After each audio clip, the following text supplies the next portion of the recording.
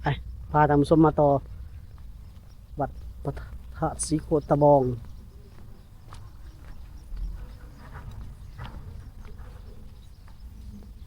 สิมีงานนั่นนี่เนาะเพิ่นสิมีการจัดงานนะท่านผู้ชม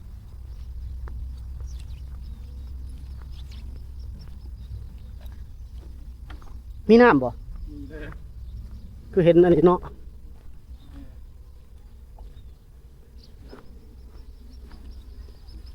อืมไปพุ่นละไปวัดพุ่นละกราบไหว้เพิ่นขอพรสิ่งศักดิ์สิทธิ์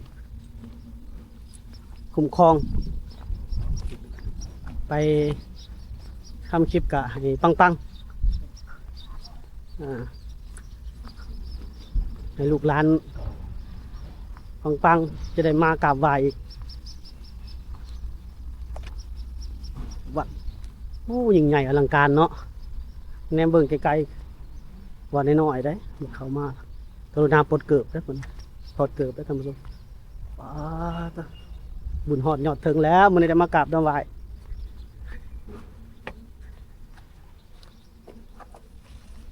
ยามบุญในผู้หญิงคนให้นุ่งสิ้นเปลี่ยนสิ้นอยู่นี่แหละโอ้นุ่งสิ้นแล้วจังเข้าได้เนาะคนเฮ็ดทานงามเท่านั้นเนาะโอ้มองกราบมองไหว้อันนั้นมันฮอยังเคยสิมฮอซิมบ่โอ้ซิมก็ใหญ่ใหญ่อลังการเนาะใหญ่พระเก้าอยู่ใน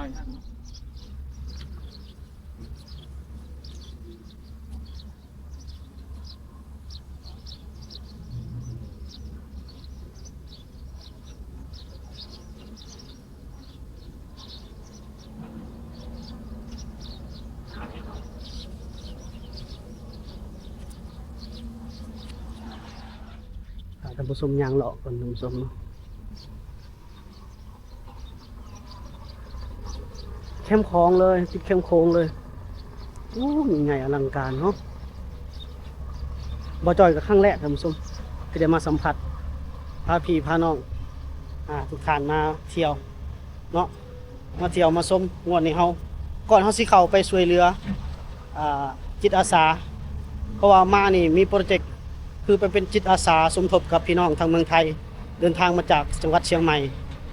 เนาะทีมงาน Health Keeper คนจิตอาสามาแจกอุปกรณ์การเรียนในโรงเรียนให้โรงเรียนที่แขวงขมวนแล้วก็เดินทางเข้าเมืองรับแลท่านผู้ชมเนาะดูดทรายมีการดูดทรายของดูดทรายแล้วก็เฮ็ดกันเจือนบ่เอาหินลงเนาะ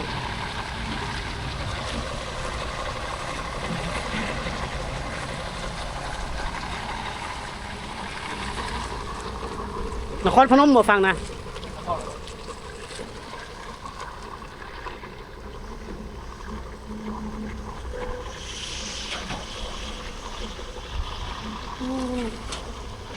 ยิ่งใหญ่อลังการตรงสี่เหลี่ยมกระทงสีเหลือง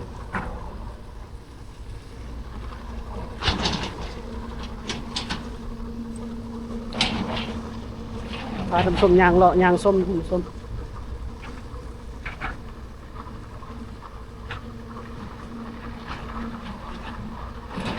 สวยงามเนาะมันนี้มาหอดมาถึงมาพอแล้ว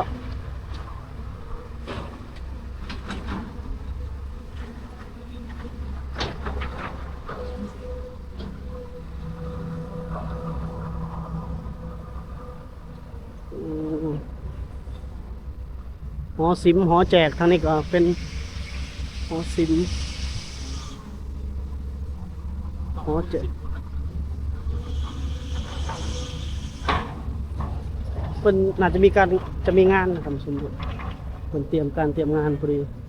ไปเบิ่งสิบเนาะไปเปิดร้อนสะพอนมันห้อนพื้นปูนแล้วมันห้อนพื้นหญ้าดีกว่าเนาะงามยิ่งใหญ่อลังการฝนกับชิตกไงป้าตกหอซิมนี่ก็บ่ธรรมดาเนาะประตูสิบเจ้าแก้วสนามน้ำ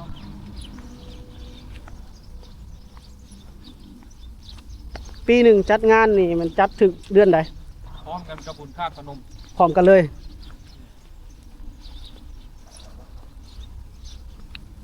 ปั่นก็น่าจะเป็นธาตุพูดพร้อมกันธาตุพูดเพื่อนที โอ้ทำ โอ้อยากให้เตาเกียงงานอยู่ใน โอ้ ตึกเกิบลายแท้จะดม เขาได้บ่ล่ะ ได้กันว่าเดี๋ยวมากระโดดจัดอย่างงาน โอ้ตกยิ่งใหญ่อลังการเนาะ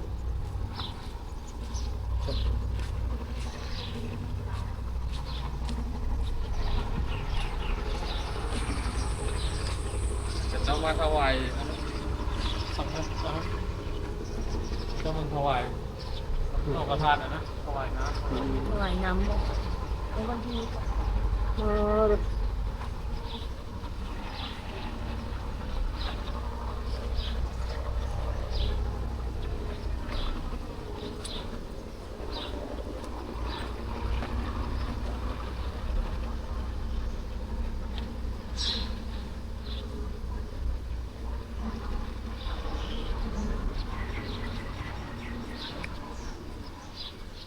แต่ดังดื่มอะไรอย่างเงี้ย โอ้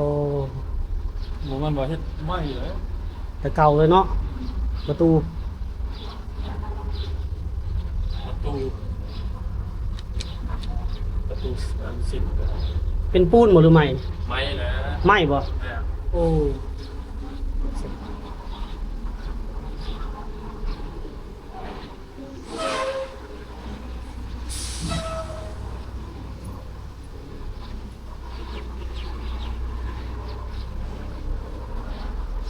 นี่กับประตูใหม่กันเนาะ ไม่หมด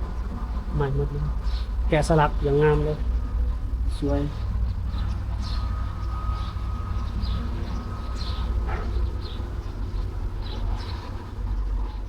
โอ้ท่านผู้ชมวงขอบประตูที่เพิ่นแต่งหอซิมเพิ่นนี่งามขนาดเนาะแกะสลักโอ้ตัวสวยงามยิ่งใหญ่อลังการเลยท่านผู้ชมเป็นหอแจกที่ใหญ่ขนาดเนาะบ่จอยก็บ่เคยเห็นเลยท่านผู้ชมเนาะเฉพาะในเมืองเซโปนแขวงสวรรณเขตนี่บ่มีแล้วหอแจกใหญ่แบบนี้ หรือว่าอยู่แขวงกะบ่จอยบ่เคยเข้าไปเลยเนาะแขวงสวรรณเขตก็ดนๆได้เข้าไปสักเดือนบ่ได้เคยเข้าไปถ่ายทำในวัดในว่าอันนี้ถือว่าโอ้ยิ่งใหญ่อลังการเนาะหอแจกเพิ่นหอซิมเพิ่นวัดเมืองเก่าคือว่าแหละมีงานทุกๆปีก็จัดพร้อมงานพระธาตุพนมเนาะพี่น้องฝั่งไทยเฮาฝั่งไทยฝั่งลาวพี่น้องกันท่านผู้ชมเนาะ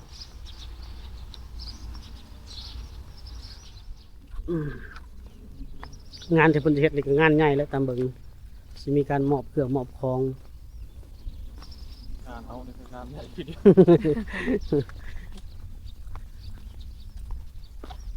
โอ้มือฝนมาก่อนบักใหญ่เลยเนาะ โต๊ะจะได้ฟังนะ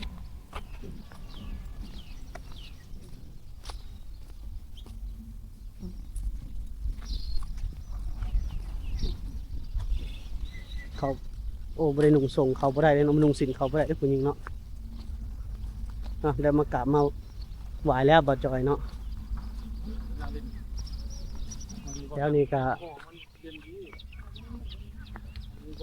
นี่บอลนั่งลิ้นมองถ่ายรูปถ่ายห้อยท่านผู้ชมได้หมดแถวนี้เนาะอันนี้ก็มีน้ำเด้อท่านผู้ชมเนาะ ดูลงมาดูหน่อย คิดว่าบ่มีซะดอก เดินลงมาดูนี่นี่ลงเลย มีแหละมีน้ำบ่มีปลาบ่เนาะเพิ่นบ่ได้ปล่อยปลาบ่บรรยากาศก็อบอ้าวนิดนึงท่านผู้ชมทีมงานเฮาก็มาหานั่งเย็นอยู่แท้นี่นั่งห่มนั่งเย็นแท้นะ ใช่ ฮะ จะไปบ่อนเจริญเด้ไปฟังนั้นน่ะ เอ้าก็สิไปเดี๋ยวสิพาไปเที่ยว อีโดนบ่ เสร็จสิ้นภารกิจดอกไม้เนาะเสร็จสิ้นภารกิจเฮาจึงพาไปเที่ยว หาเงินก้อน หาเงินก่อนบ่ได้หาแล้วเฮามาเป็นจิตอาสาบ่มีเงินเลย ถ่ายคลิปไปเลยหาเงินเรียกแบบนี้ สีโคตรตะบูนเอาซื้อวัดสีโคตรตะบูนบ่เฮ้ยโอ้วัดสีโคตรตะบูนพระโคตรวัดพระธาตุสีโคตรตะบูนตะบูนเนาะมองนั่งพักผ่อนลมเย็นท่านผู้ชม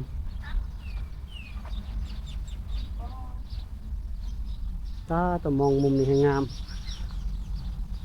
เนาะยังงามทั้ง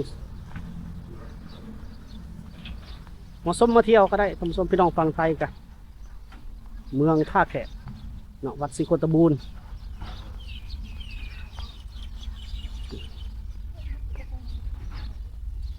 งานบุญประจำปีเพิ่นแหล้วปีหน้าต้องมาให้ได้พอดีราคามไปลินฟังนครพนมเลยต้องหาเงินให้ได้ก่อนท่านผู้ชมเนาะเอาแนมามุมนี่ก็งามกันท่านผู้ชมบ่อนกราบบ่อนไหว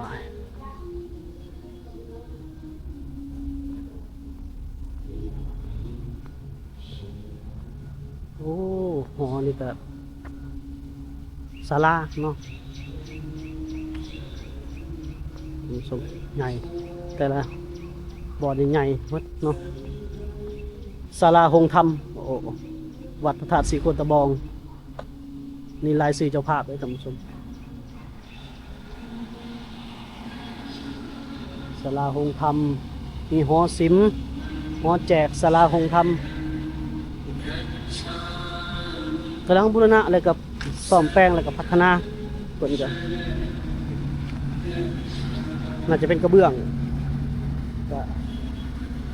บริษัทห่างห้านมามอบให้ด้านนี้เป็นกำลังเตรียมงานก่อสร้าง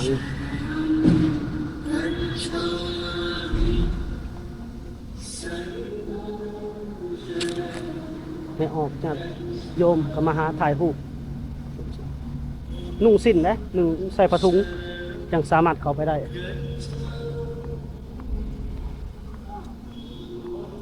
ผมโพผมใส่อยู่ในวัดลมเย็นพัฒนาแล้ววัดบ้านเพิ่นเนาะเปรียบเทียบกับวัดบ้านเบาจอยก็ยังไกลหลายความพัฒนาเนาะว่าแล้วเพิ่นเป็นวัดเมืองวัดเทศบาลว่าซั่นซะเนาะ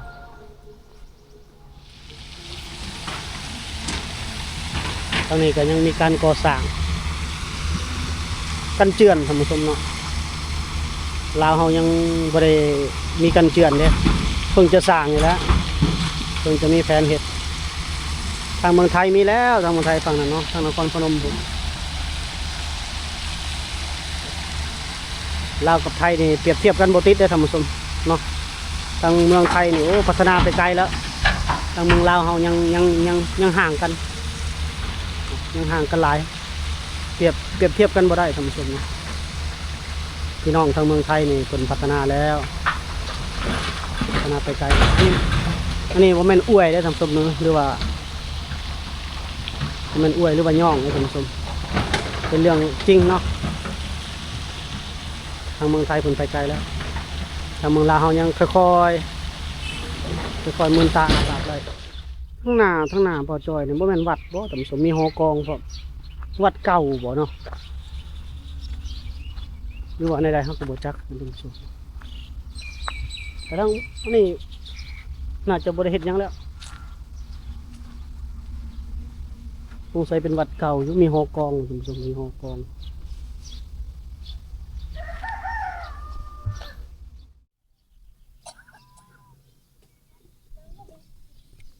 ออกมาจากวัดธาตุเมืองเก่าเลยท่านผู้ชมเนาะตอนนี้บ่จอยมาวัดลักเมืองท่านผู้ชมเนาะมาลักเมืองท่านผู้ชมเทศบาลเมืองท่าแขกเลยตอนนี้เนาะนี่คือวัดเพราะว่าสุกี้นี้ตอนเฮาอยู่วัดศรีโคตะบองนั่นฝนสิตกเฮาเลยปบมาพี่เนาะ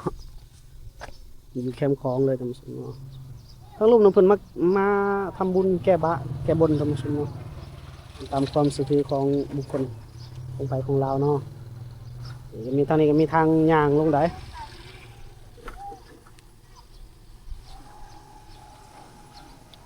มีทางย่างลงมาเรามีหลายคนอยู่ผู้ใดมาแก่มาบนมายังมาแก่เนาะสมปรารถนาเลยก็มีทางย่างลงไปท่านผู้ชมโอ้ผลผลิตงามครับเลยเนาะพญานาค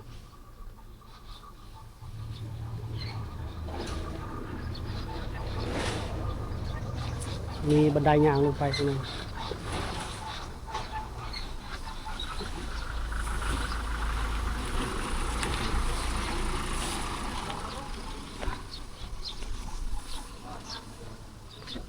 วัดนาโบท่านผู้ชมหอรักเมืองแขงขมวนเนาะหอรักเมืองหลายคนก็มาบูชามาขอพรได้เนาะหอรักเมืองแขงขมวนแล้วเขาจะไหนก็สิเขาไปกราบไปไหว้ขอพรสิ่งศักดิ์สิทธิ์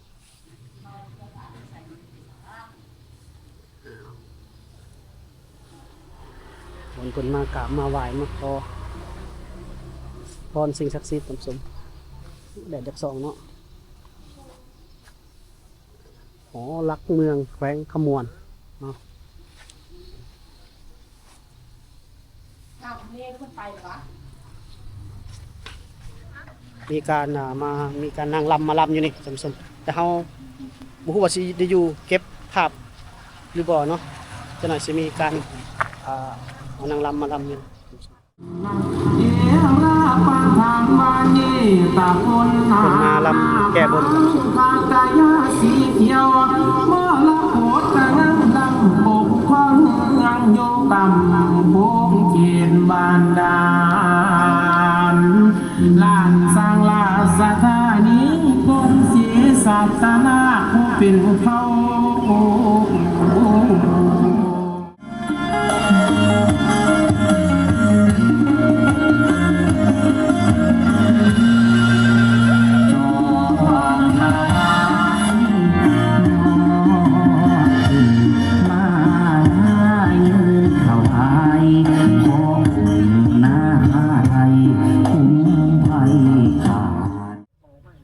ค่อยคำย่ำแรงเลยท่านผู้ชมเนาะมื้อนี้เฮาพาเลาะ